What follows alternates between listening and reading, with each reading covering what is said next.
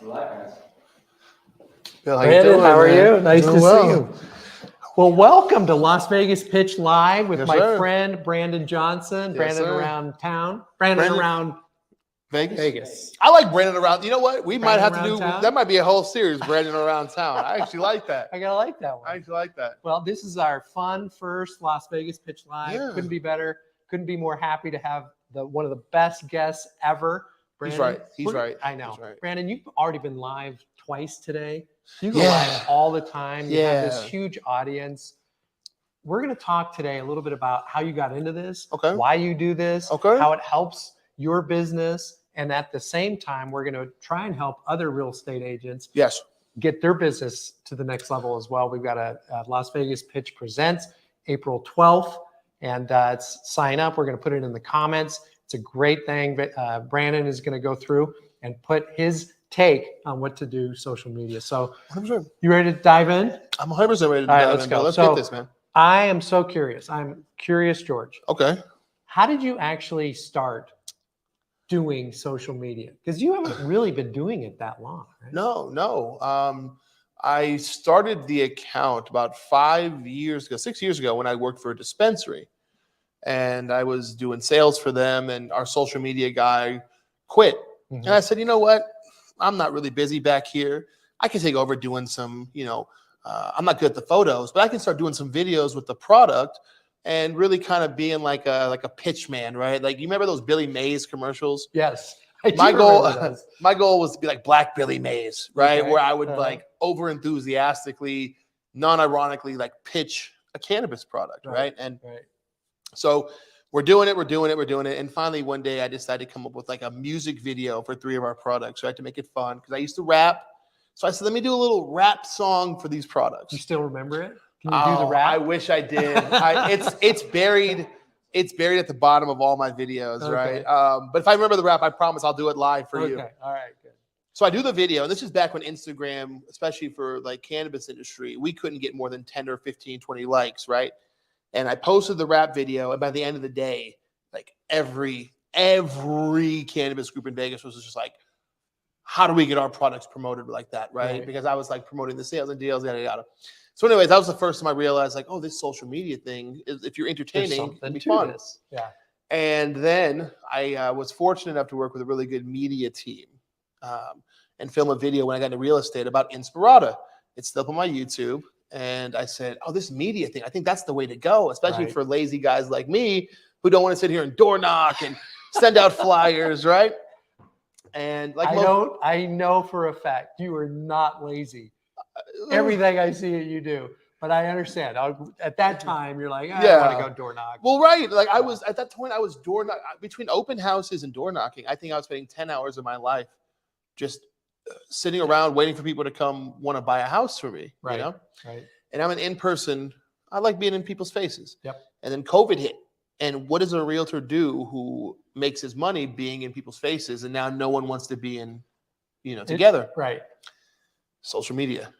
And like most people, I thought TikTok, I'm like, oh, that's for 12-year-old girls. That's to do like dances, right? Uh-huh. And, my sister had been telling me, Brandon, you got to get on TikTok. I see other realtors on there. You got to get on TikTok. I said, I'm not a 12-year-old going to dance. That's not my thing. Right. And so during COVID, I said, you know what? Screw it. And I'll tell you the true story behind the scenes. I was showing a house. It was not getting any traction at all. Right. So I walked across the street, and for some reason, I'm like, my butcher is across the street. Uh-huh. And I pulled on my camera, and I gave a good hook, as the people in the biz would call it, I come to find. I said, if you're buying your meat from anywhere else, you need to stop right now. And everyone was like an eye-catching thing. And I showed the butcher block, showed the steaks, and I woke up to like 700,000 people had watched the video. Oh. And I was like, what the hell is going on? So this is right starting COVID. COVID. Because maybe about a month or two in, because you got to remember the whole world is shut down, and Henderson decides, yeah, we don't care. Yeah. Henderson just like, yeah, shut down. they didn't shut down because Vegas has a very, whether people know it or not, Vegas has a very spirit of freedom identity here. Yeah. It's not everywhere, but it is an undercurrent here. And people were like, hey, we have jobs, we have families to feed, we can't just shut down. And so Henderson kind of took a stance of like, you know what, we're going to just roll this out slowly and be protective, but we're going to open up. Right.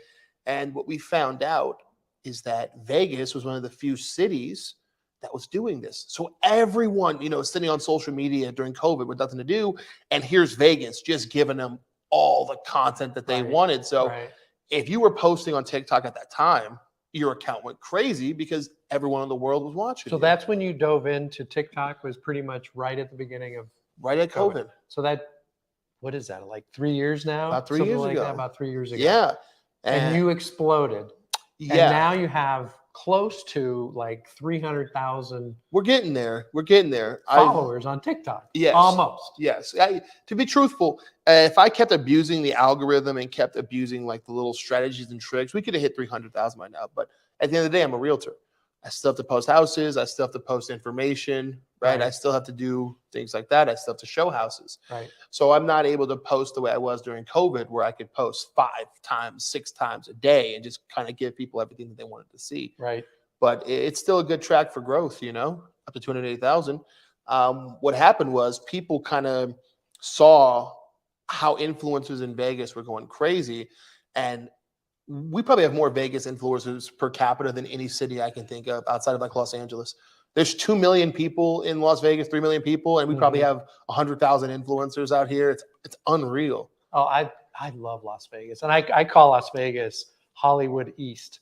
There's a big exodus that's going to come here. There's so much entertainment here. Yeah. It's easy to do business here. Yes. And I just think we're going to continue to see a lot of that flow. Sure. And the entertainers. I mean, look at how many entertainers are here. Have moved here. It's growing. Yeah. It's growing. Hockey, football. And you've been here your whole life, right? Yes, sir. And so you know all the little nooks and crannies and spots. And is that what kind of helped you like start promoting and getting more followers, is just understanding the marketplace? Oh, yeah. The same thing for real estate. People want, they get told everything in North Las Vegas is bad. Well, then I go, hey, I know this little nook in North Las Vegas that's actually excellent. You drive your clients up there, and they're like, wow, this is beautiful. Why has no one told us this? And then you get to tell them, that's because no one knows Vegas like I do. And Brandon knows Vegas. Yeah. And as realtors and as lenders, aren't we always trying to show our clients, hey, we know more than the other guy. We have some insights that the average lender, the average realtor doesn't know. Yeah. And whether that's showing them their favorite restaurant, a new park for their kids to play, or a great house that they may not have thought was there, either way, you're setting yourself apart from other people. Yeah. And having that knowledge, having that background, and just building trust online to let them know how you feel or how you can represent them. That's huge, right? Yeah. That trust. How do you build that trust online? You can't ever, the audience online is more sophisticated than ever before, right? They have seen so many videos and so many ads that now they are masters of when they know something's false or full of crap, right? I almost cursed right there. It's okay. I edited myself. I would be okay with that. Okay. Okay. Well, they know when you're full of it. Yeah. And you have to give them authenticity. You have to convey this is genuine, which is why if you watch who I am. Yeah. And unbeknownst to me, people are always like, hey, Brandon, your social media strategy is really good. I said, what strategy? He's like, well, you're so authentic and genuine, the way you turn around the camera and you bite into stuff. And I was like, oh, I didn't know that's a strategy. I just wanted to show people that I was really eating the food, have you ever seen like a Carl's Jr. video? Yeah, where Paris Hilton is biting a Carl's Jr. burger, and you're like, I know Paris Hilton isn't eating that burger. Yeah. I wanted to show people, and I know this sounds crazy, but I literally used her as my example. I said, I'm not going to be Paris Hilton. I'm going to show people I'm really eating this burger. And that's how you convey the authenticity. And fortunately for me, food authenticity translates over to real estate. Yeah. So food and real estate. The thing that I loved, I went on to your Instagram live this morning. You're doing your daily coaching and talking and education. And what I loved about it is the engagement that you get from the people online, asking them questions. What do they know? How do they know it? And then when you get somebody that is like going off the wrong track based on what your knowledge is, you basically call them out. Yes. To say, this is not right. So I think that authenticity, that diving in and letting them know that that's who you are, that you're not going to be a yes person by any stretch of the imagination. Yes. You're going to tell them the truth and the whole truth, and get them pointed in the right direction. Yeah. It's something I try to teach other realtors is you can't run away from conflict online, right? Because that's the authenticity people are looking for. But you also don't have to engage in it, Right. So what I mean is I'll never come out there and say, hey, I think all of you are wrong. But if someone comes into our live class, and I treat it like a real class. If I'm a teacher, right, and a student says, hey, I don't think 2 + 2 is 4. I think it's 5. Well, it's my job to educate that person on why they're wrong, because my goal is there to teach everybody. Right. And by teaching that person who may be a little outlandish, it allows me to teach the rest of the class all at once, right? So you get to educate your audience while also engaging in some authentic behavior. So there's a lot of different ways to engage online. Everyone's going to have a little bit different personality, Yes. a little different take, a little different thing. What are some of the things in the class on Las Vegas Pitch Presents on April 12th at 11 to 1? What are some of the little nuggets that you can start sharing that people, real estate agents going to that can learn? Well, since it's going to be at City National Arena and we're going to have the space and we're going to get a lot of people there, I'll be able to teach a lot of realtors at once the ultimate social media strategy. And it's so simple that I don't know why more people don't teach this. Without engagement, social media is just media. It's just TV. What makes social media special is the engagement. If you're not engaging with the audience, be it in conflict, in humor, in what we like to eat, then what's the point? Then what separates you from every other ad they've ever seen, right? What makes it special is that you're an ad that they get to argue back with. That's what makes it fun for them, right? And you have to lean into the engagement. You must. If you're not engaging with your audience, good or bad. In fact, the worse the engagement, the more angry that person is, the better it is for you. Because now you have a chance of taking someone who's really angry and educating them, and now they're your biggest fan. Right. And how do you do that? You have to understand that they're angry because of not at you, they're angry because of their lack of knowledge. Okay. So you take someone who's been renting their whole life, and they've really believed in their heart of hearts this was the best thing for them and their family. And you have to tell them, hey, listen, you've thrown hundreds of thousands of dollars out the door when you could have just bought and been making money. And it's almost like telling a person who's religious, like, hey, I think this God isn't real, right? You're taking something they deeply believe in, and you're kind of like, but it works in your favor because you're the expert. You know more about loans than the random guy in Iowa arguing with you doesn't know much about loans as you do. Right. And so you have to maintain that identity of like, hey, I'm the specialist here. I'm just here to help you. If you don't want my help, that's fine. It's a free class. Yeah. I was watching this morning. There was something I wanted to send you, and I want to give it to you, is basically a statistic that real estate is 73-7-1 over the last 91 years. 73 times they have either been positive appreciation or zero appreciation. 7 years that have lost. Wow. It's unbelievable. I know you would never. It's like a heavyweight. I'm taking fight, that stat. Right? I'm going to give that to you because it's unbelievable. Yeah. You can see every year where it was, and 5 of those years were during the Great Recession. So over the past 81 years, real estate 73 out of the 81 years has either been positive or neutral in its appreciation. Yes, that's crazy. Yeah, it's unbelievable. So I'm going to give you that because I think it's unbelievable because there's so many different ways to invest in the stock market. Some people are in crypto, all that kind of stuff. But real estate has just proven time over time over time to be a great long-term investment. Consistency, right? Consistency. And do you think that's why you're seeing currently a lot of these hedge funds or a lot of these big investment groups start to buy up houses at such a tremendous rate because they've realized, hey, it may not boom like a Tesla stock, but at least it's consistent. At least it's a low risk investment. Yeah. Right. And it doesn't go away. It's physical. It's going to be right. Right. Like I said, my kid can't live in a crypto. No.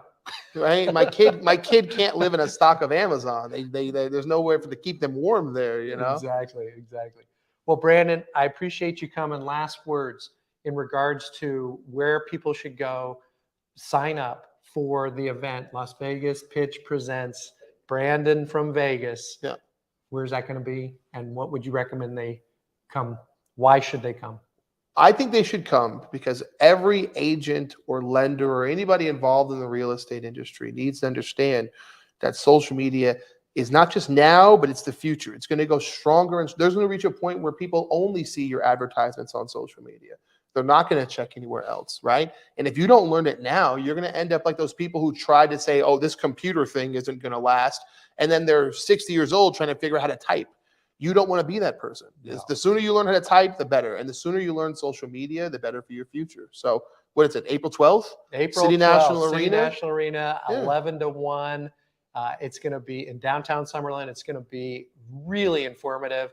And Brandon is going to bring a ton of value. Make sure you sign up and join in the us. comments, you guys, in the comments, make sure if you have any questions on social media, make sure to add them. We read through the comments and we will gladly add the comments to the class. So I like to take questions at the end. So any questions or comments you guys leave, we'll make sure to get them answered for you. And yeah, April 12th, it's going to be 2 hours. 2 hours. Lunch is provided. Lunch is provided. So how many times have we spent, because we have to take, our yearly classes. I've spent 2 hours in a class and learned nothing. I promise in this class for 2 hours, you're going to leave with better than anything you learned at Galvar. That's my word. Well, just being around you, I've learned a ton already. I can't wait to get into your class and what you're going to bring. It's going to be intense. It's going to be a lot of fun. It's going to be intense. Well, Brandon, thank you. Thank you, Bill. We'll see you soon. Las Vegas Pitch Live. Thanks for joining us.